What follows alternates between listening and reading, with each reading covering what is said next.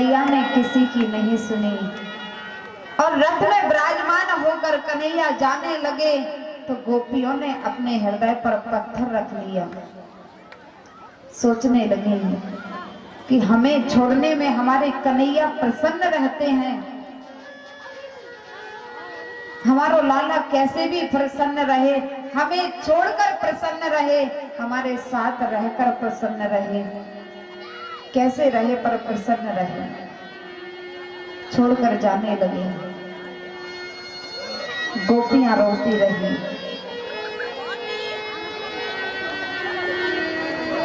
इधर सखा भी कन्हैया के साथ में मथुरा तक गए, नंद बाबा भी गए और मथुरा में श्री कृष्ण प्रभु पहुंचे तो प्रभु ने देखा कि मेरे साथ में जितने भी सखा हैं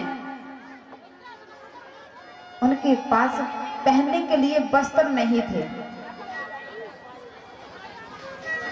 कृष्ण के जितने भी सखा थे प्यारे, इतने गरीब थे, इतने गरीब कि उन्हें पहनने के लिए वस्त्र भी नहीं थे। प्रभु ने सोचा कि मेरे सखा कंस के दरबार में पहुंचेंगे तो लोग कहेंगे देखो कैसे ग्वाल गवार आ गए, वस्त्र पहनने के लिए भी नहीं है। तो कन्हैया एक धोबी घाट पर पहुंचे। धोबी घाट पर धोबी कपड़ा धो रहा था। धोबी से कहा मामा जी राम राम। धोबी ने तो देखा ही नहीं महाराज। धोबी मुख मोड़कर कपड़े धोने लगा। प्रभु कहते हैं मामा जी राम राम। धोबी ने सोचा कि हमारा राजा कंस इसे मारने वाला है, ये नहीं मानेगा तो मुझे मारना पड़ेगा। धोबी से दोबारा प्रभु ने कहा मामा जी राम राम। तो धोबी ओखल कैसे कपड़े धोते हैं आप जानते हो? एक डंडा होता है जैसे मुगैया कहते हैं, आपके इधर पता नहीं क्या बोलते हैं। धोबी मुगैया लेकर कन्हैया को मारने आया तो प्रभु ने एक मुष्ट का प्रहार किया। धोबी धुमन करते हुए 7 बार पृथ्वी में घूमते हुए पृथ्वी में समाहित हो गया। जितने भी धोबी घाट पर खड़े थे सब भयभीत होकर भागे। भागो भागो, कंस को मारने वाला आ गया, पूतना को जिसने मारा था वो आ गया है, भागो भागो। सारे धोबी घाट कर कपड़ा छोड़कर भाग निकले। कन्हैया ने कहा ओ सखाओ जितने भी वस्त्र चाहिए पहन लो। अब महाराज कन्हैया के सखा कितने बड़े थे। प्रभु जब मथुरा गए तो प्रभु की उम्र थी 11 वर्ष 56 दिन की। कितने दिन की? 11 वर्ष 56 दिन की। तो उनके सखा भी उनकी उम्र के थे। अब धोबी घाट पर कंस के कपड़े धुले जा रहे थे। अब महाराज कंस के कपड़े 11 वर्ष 56 दिन के बालक पहने तो बालकों का शरीर कैसा होता है और राजाओं का शरीर कैसा होता है।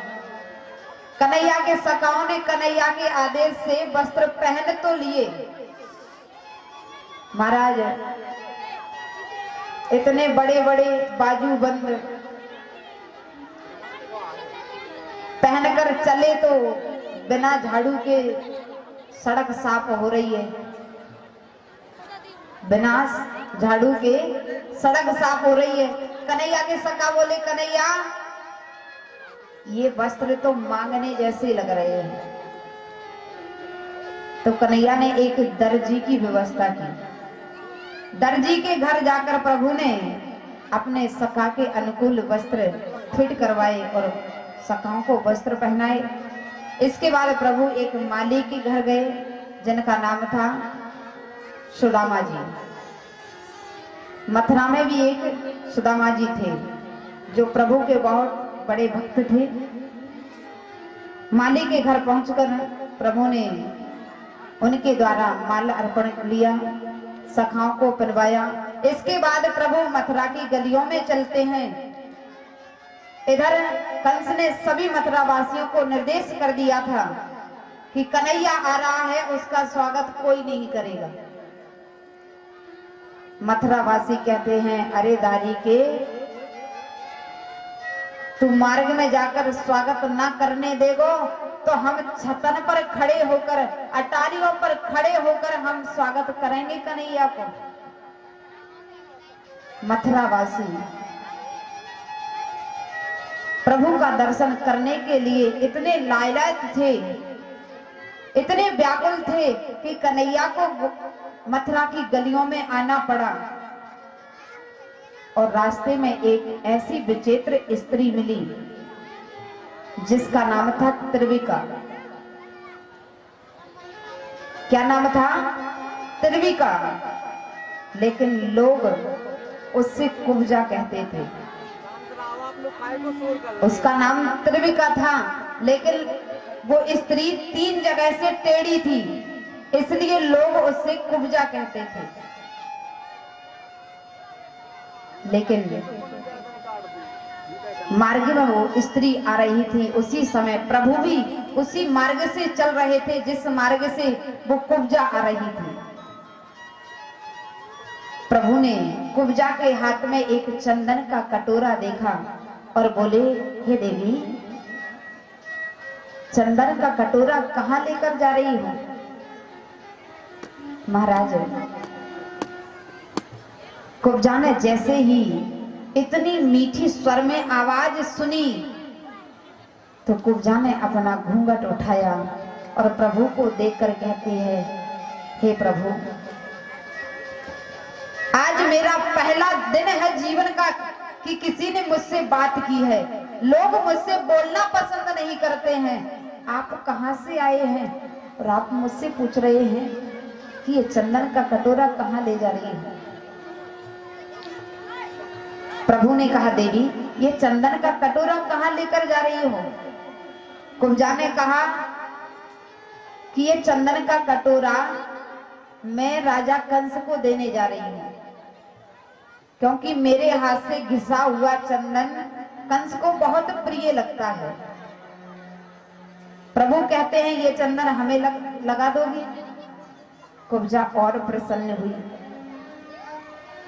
कुब्जा ने खुशी से सभी सखाओं को चंदन लगाया, बलराम जी को चंदन लगाया। लेकिन जैसे ही बिहारी जी श्री गोविंद कृष्ण को लगाने आई तो प्रभु ने उसकी दाहिने पांव को अपने दाहिने पांव से दबा लिया और एक झटका मारा और कुब्जा को परम सुंदरी नारी बना दिया। बोलिए भक्त वत्सल भगवान जय। क्योंकि प्रभु के आगे कोई बात बड़ी नहीं हो सकती। उस त्रिविका पर, उस कुब्जा पर बहुत सुंदर कृपा की और उसे सुंदर रूपवान बनाया और संसार में जीने का अधिकार उसे प्रदान किया। प्रभु बहुत दयालु हैं। इसके बाद कुब्जा को परम सुंदर रूप देकर इसके बाद प्रभु कंस के राज्य में प्रवेश करते हैं, महल में प्रवेश करते हैं। इधर कंस ऊंचाई के सिंहासन पर बैठा हुआ था और कंस को एक धनुष शिव जी ने दिया था और कहा था कि जिस धनुष को जो तोड़ेगा कंस वो तुम्हें छोड़ नहीं सकता। प्रभु जैसे ही महल में प्रवेश करते हैं और बाई आंख से, बाएं हाथ से उस धनुष को उठाया प्रभु ने और एक क्षण में उस धनुष के 2 टुकड़े कर दिए, जैसे राम जी ने किए थे। अब इधर सैनिकों ने कहा, महाराज कमाल हो गया। क्या हो गया? आपने कृष्ण को क्यों बुलवा लिया?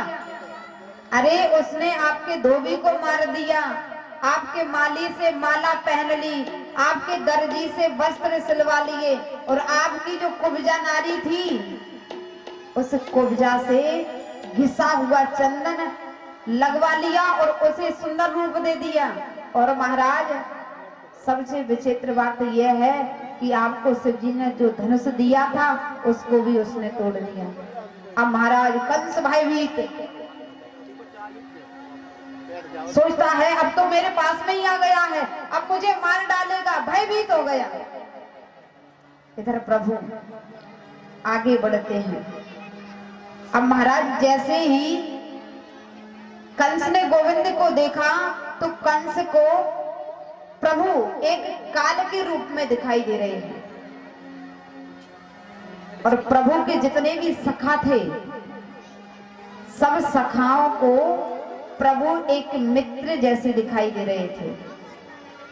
कहते हैं जाकी रही भावना जैसी प्रभु मूरत देखी तिन तैसी।